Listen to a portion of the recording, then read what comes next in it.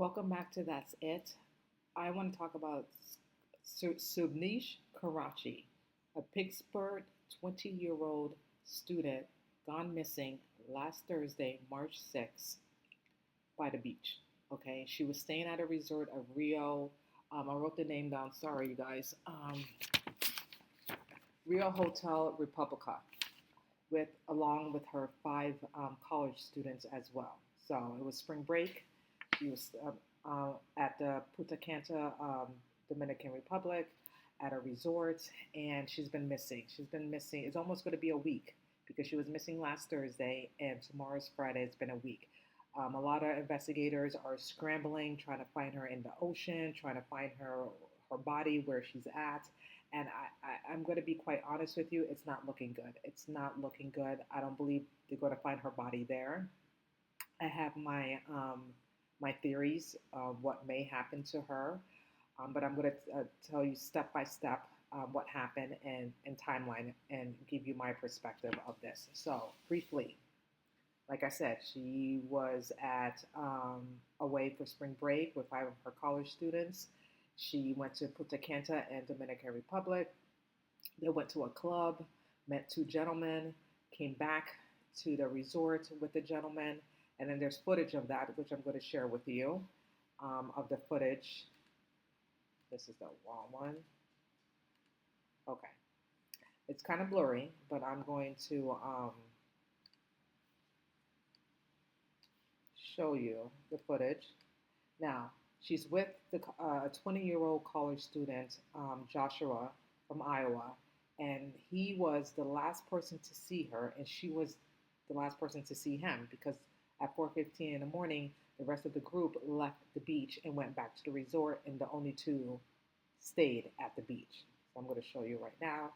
And this is the footage showing the missing Pittsburgh student last seen with Joshua. At the time, they didn't know the name of the person interest of the gentleman, but now we know it's Josh Riibe and the college student. So here we go.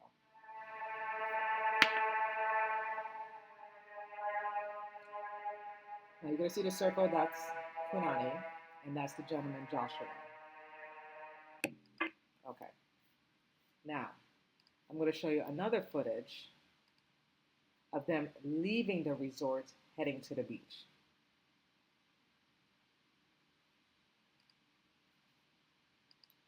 Oops, there we go.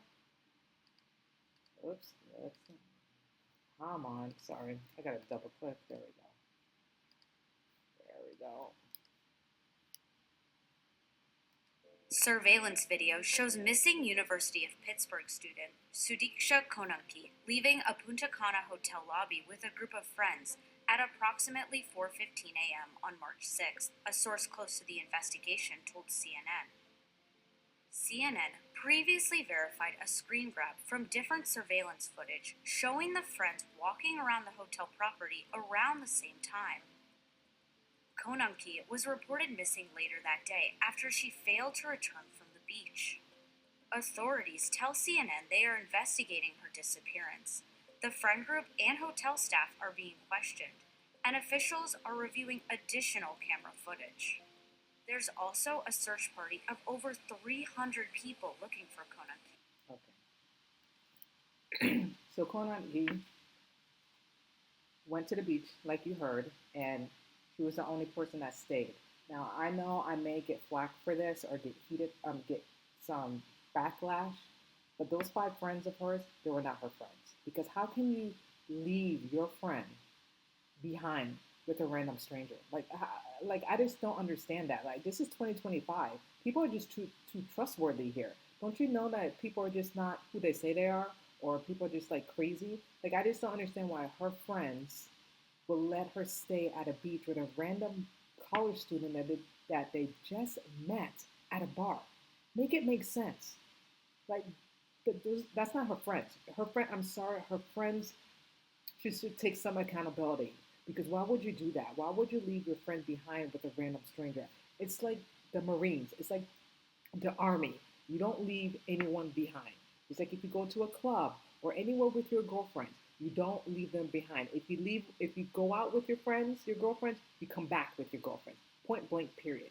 Okay, that's it. That's it. And then for her friends to do that, I'm sorry, they were not her friends. They were bad friends for um, leaving her behind. And if they suggested, oh, she wanted to be alone, blah blah blah, then you all should have stayed with her. Period. That you were not going back to the resort. You all would have stayed with her. Because I believe that they would have stayed with her, she'd probably be here right now. She's not in that water. I'm going to be frankly honest with you. She's not in that water. I have my scenarios, which I'm going to lay it out to you. But I'm telling you, she is not in that water. Okay. And second of all, the friends of hers waited 12 hours. They didn't notice. They noticed that she was not in her room, and then they waited 12 hours because they were going on an excursion. Like, get serious. I'm sorry. If I went to my friend's room and I have not seen her and she's been gone the whole night, I'm going to call 911, first of all. Second of all, I'm going to go to the front desk and say, have you seen my friend? Because she hasn't been in her room. That's just common sense. But these days is lack of common sense. And I know this is I'm being insensitive, but still, no, you just don't do that. You don't do that to one of your girlfriends, okay? One of your college students. You don't leave them behind with random strangers. We're in 2025. This is not back in the Stone Age, okay? Back in the 90s that you feel safe with somebody. No, it doesn't work that way anymore. I'm sorry, you have to be alert, you have to be cautious, and you cannot just leave with a random person like that. Now, if they wanted to come back to the resort, into the room, that's fine. At least there's five of you guys, five of you against two. You know what I mean? But just to leave her alone with a random stranger is just not right. And and with Joshua, okay, innocent until proven guilty. They have not ruled him out as a suspect. They just have him as a personal interest. Okay, he's been cooperating with the investigators. They took his passport. So, but his story is just not lining up, you guys. Okay, it's just not making sense, and his story is just not consistent. So I'm going to read to you what he's been telling the investigators about what he believes what happened in his mind. And keep in mind, he was probably wasted, so his story might be, blurry, and I give him that. But my thing is, if you were with her, right, and she's no longer at the beach, wouldn't you, as soon as you went back to the resort, the Rio resort, wouldn't you just check with the front desk to see if she made it back safe to her room or find out from her college friends? Wouldn't you? But no, he just went straight back to his room. So this is what he told the investigators that he and Nakani went into the water and were swept away by waves. So she got swept by some waves and he didn't, or what happened here? Like that doesn't make any sense to me if that did really happen. Then he also told investigators that eventually he fell asleep at the beach before he woke up and walked back to his room. Went back to his room. Is that right? So you went back to your room. Again, you did not check with her college friends. You did not go to the front desk to find out if she made it back to her room safe. Okay. The security cameras reportedly picked up Joshua's barefooted and without his shirt. What happened to his shirt? And no shoes. He also slowly walked back to his room at 8:54 a.m., around a few hours after he went to the beach with Konanki.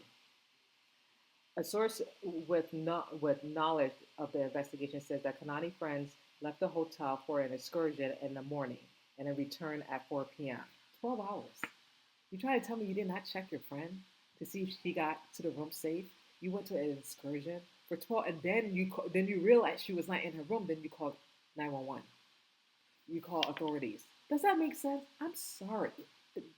These girls were not her friends. They were terrible friends. I'm telling you, if it was my best friend and I did not see them in the room, you best believe I'm going to go to the resort and find out what the hell is going on. Have you seen my friend? Let me check the footage. I would be doing some investigation, especially you in another place that you don't know. This is DR, Dominican Republic, the Punta Cana. Some areas are just not safe. And then just for them not checking, they wait later. Or they just assume, oh, she's probably was out and about. Ever heard of a cell phone? Texting? Hello? Like, make it make sense. It doesn't make sense to me. I would be calling, texting, figuring out where my friend is. I would not be going on an excursion and just having a good old time and knowing that if my best friend made it to her room safe. Again, these are bad friends. They were not good friends to her because they could have done more for her. And if they would have reported it sooner, then the investigation, they would have searched other places. But now they wasted so much time because they were searching the water to see her body's in the water. Her body's not in the water, you guys. Okay, this is what happened.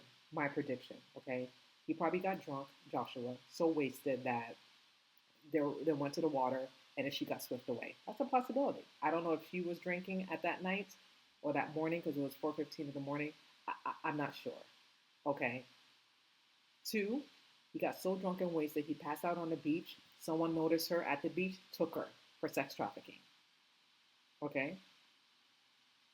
Another scenario, she probably, I don't know. I can't even think of a scenario. Those are only two I can think of.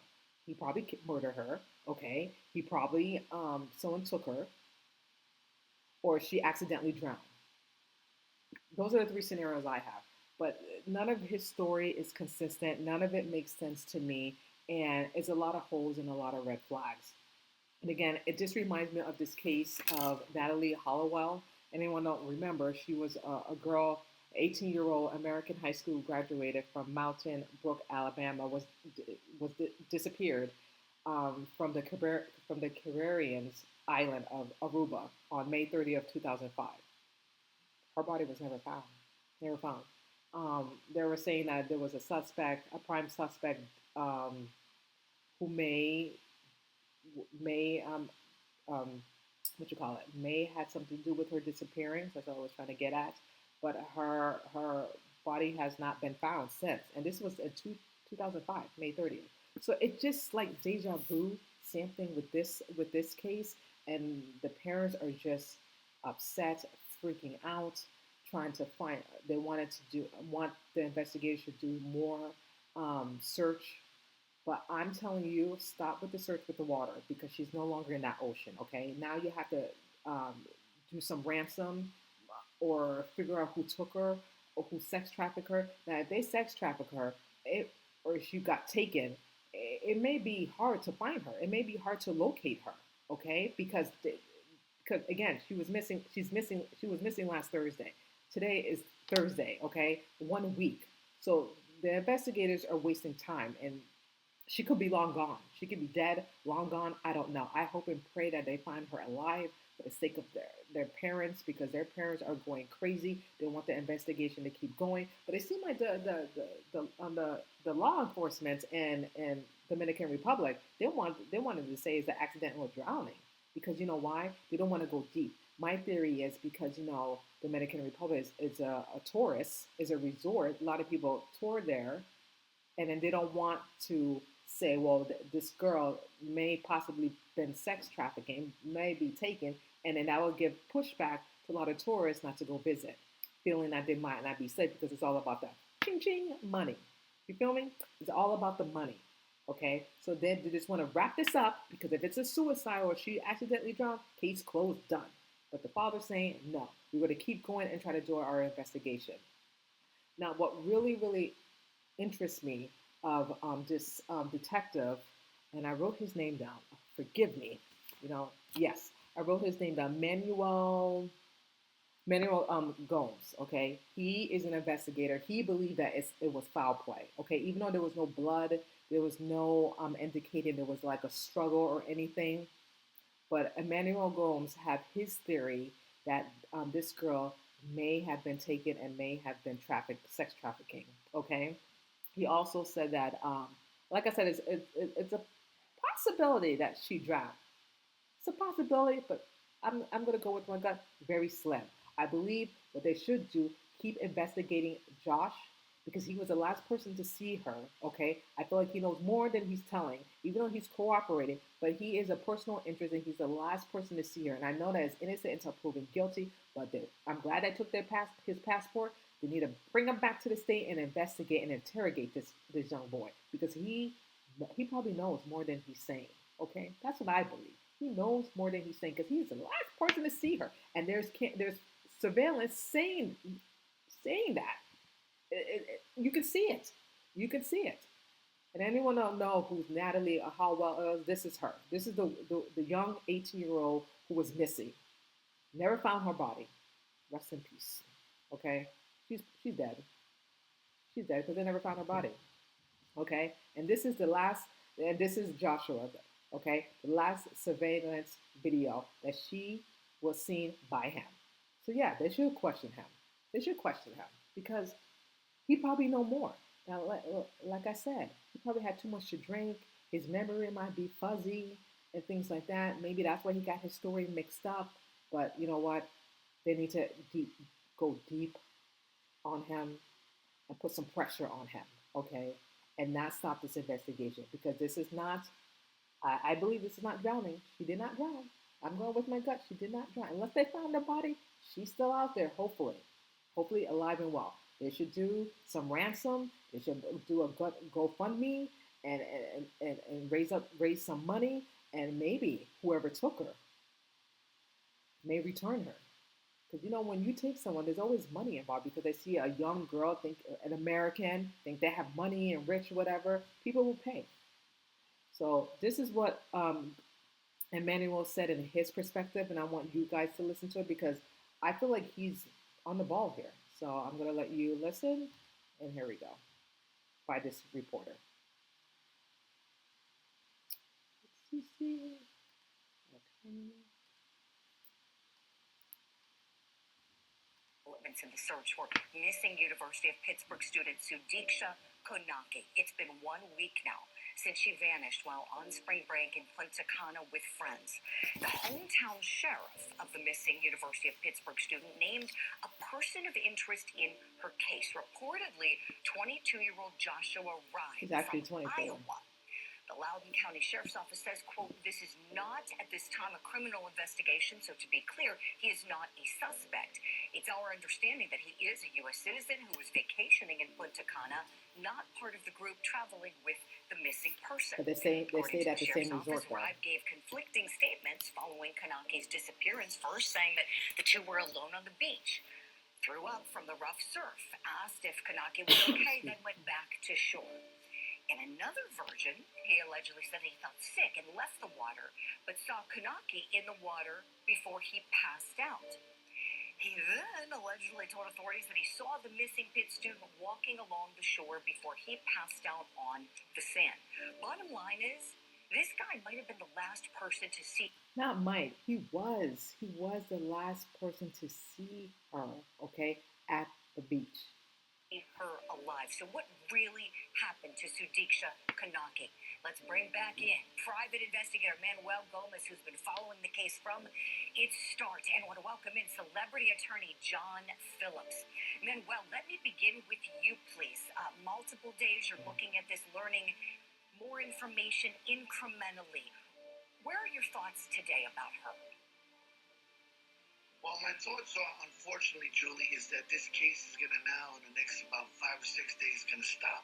They're going to stop searching the waters because it got to the point where they realize they're not going to find her. And it's going to become a cold case file. And it's going to become a cold case file deliberately because the country does not want it to be labeled as a murder or a kidnapping or sex trafficking because that affects their tourism. And this is why, when you go to the U.S. Department of State website, there's a 2024 trafficking in person in Dominican Republic document, which shows from 2022 to 2024, they've had 1,500 people be kidnapped in this country, and that their police are poorly trained and don't have the skills to do this type of investigation. This is in the United States Department of State report for all Americans to see on every country, and we don't utilize it. Unfortunately, this family needs to do a GoFundMe and get ready to take this to the next level where private investigators will conduct this investigation for them, because the country eventually is going to stop within a week or so, and that's my prediction. Great points, Manuel. I'm surprised you haven't gotten a call yet. I bet you will. And that's where things need to go with people who are going to take this seriously. I have to wonder if it was taken seriously and if too much time went by. I mean, Manuel, first they said, drowning, and seemed kind of dismissive. You know, are they now at a disadvantage because of how they viewed the case from the outset, not thinking this could be a homicide? Absolutely. They wasted time. And this is precious time. When you got a case like this, it's like milk. The longer you wait, it goes bad. You have to be on it from the point. And it should have been labeled either a possible murder. So they could have conducted the investigation on the sea and on the land. Instead, we focused all this time on the land. And now, I have to agree with him. I have to agree with the investigator, the private investigator, Emmanuel. They wasted so much time searching that ocean, that water. Again, her body's not there. If they would have just ruled it out, not as a suicide or something happened, and then go deeper and find out what really happened, they could have saved a lot of time and a lot of headache. And like Emmanuel said, they don't want that to happen. They wanted to rule it out that she accidentally drowned, case closed, that's it. Okay, if it's a suicide or accidentally drowned, it's a wrap, it's over. They don't want to go deep, they don't want to investigate, which is sad. You got to think of the parents here that's suffering, that they're waiting for their child to come home, and for them to just do the bare minimum is disgusting. Okay, it's disgusting. They should do their job, and if they don't have enough resources, call the FBI, call somebody to come down there and help. Okay, leading a helping hand. Period. On the sea. And if she is on the land, kidnapped, the kidnappers have well enough time to make sure that we don't find her at all. Again, this is going to be like another Natalie Holloway case where the person is not found, and eventually down the road, you might have somebody get arrested. But in this case, I don't see that because they're not putting the energy to that. Excellent points, Manuel. We'll get back to the investigation in a moment. John, talk to me about this person of interest. Is there anything that you've read or seen about him that stands out to you and gives you any more questions that should be asked of him at this time? Yes, and I do believe that, since he's changed his story 4 times, and he knew that she was there, he did not, nobody's focusing at this point, he did not go to the front desk and say, hey, she went missing, hey, she was drowning. He said he was hit by a wave and that she was taken by the wave. If that was true, then why didn't he report her missing? Okay, we're gonna start right there. That's an excellent question. That's an excellent question. Why? If she accidentally drowned, or what Emmanuel was saying, why he didn't report it? Why he didn't call 911? Why he didn't do something about it? Did he, because he got freaked out and scared, that he just froze and then he just like, okay, maybe it was just a dream, maybe I was that wasted, I don't know. No. Something is just not right, okay? There's still, there's missing holes. And I believe Joshua knows what happened, and he needs to tell the truth. He needs to tell the truth. He needs to tell the truth and be consistent, okay? Like I said, innocent until proven guilty. But he knows more than he's saying, okay? More than he's saying. And if I was him, I will speak up now, especially to the parents, okay? Because the parents need to know where's their daughter, okay? This is a 20-year-old young college student who has her whole life ahead of her, and she may not be alive. She may not. I don't know. I'm gonna find out more about this, but this is just very sad and very heartbreaking to hear another college student gone missing. And I just hope it's just a wake-up call for every college students that go away to any resort. Please, please don't leave alone. If you're with your girlfriends, stay with your girlfriends. If don't leave with a random guy, okay? If that's the case, then have them come back to your resort. But don't go anywhere alone with anyone, especially you don't know. And this is for friends too. Do not, please, leave your girlfriend behind with a random stranger that you don't know. Because you don't know what people are capable of, especially if they've been drinking or on drugs, or you don't know if the area is safe or not. Okay, you just can't do that. And I'm sorry to say, those 5 girls were not her friend. They were terrible friends for leaving her alone with this college student, also not calling until 4 o'clock in the afternoon to find out their friends is missing. They're not a friend. I'm sorry. They're horrible friends, and they should beat themselves up for this. Because if, I'm sorry to say this, and again, I might get some black backlash, but I don't care. If they would have pulled her friend to the side and said, listen, you're not going with this guy. When they left at the beach at 4:15, they should have dragged her. and said, "You're going to," but they didn't do that. So their blood is on their hands. I'm sorry, they are, because they're not good friends. Okay, you don't do that. I would never leave my friends behind with a random person. Absolutely not. I would not. I would have more common sense, and I feel like these five girls have no common sense at all. They didn't, and they left their friend behind, and with a random person, and the last person that they were seen by this gentleman. Okay, she, she could have been taken, sex trafficking. We don't know. All we know that she could be dead. We don't know that. Again, the last person who was seen by her was Josh, and I feel like the investigators need to dig more, go through his cell phone, go all his devices, and figure out what happened step by step. And before I let you go, I forgot to read to you the timeline, so it makes sense to you what happened to her the night that she was missing. So her daily activities. Okay, so Sunday, March 2nd, spring break officially begins at University of Pittsburgh, where Nikoi is a pre-med student and part of her class of 2006. She would have been done next year. Monday, March 3rd, Koi arrives at Punta Cana with five of her girlfriends from Pittsburgh. Spring break is supposed to last a week according to the school schedule. Wednesday, March 5th, a power outage began at the resort where Konoi is staying at the Hotel Riu Republica. Thursday, March 6th, 2 a.m. The power is fully restored at the Hotel Republica. Cameras captured several images of Konoi around the hotel with other young guests. Now, I don't know why the power outlet went out. I have no idea. I don't know if this is related to the case. I'm not 100% sure. Thursday, March 6th, 3 a.m. Surveillance footage showed Konoi and a group of other tourists, 5 women and 2 men, drinking in the resort lobby at a source with Dominican National Police tells CNN. Thursday, March 6th, 4:15 a.m. Konoi and the crew is partying with head of the beach, according to local authorities.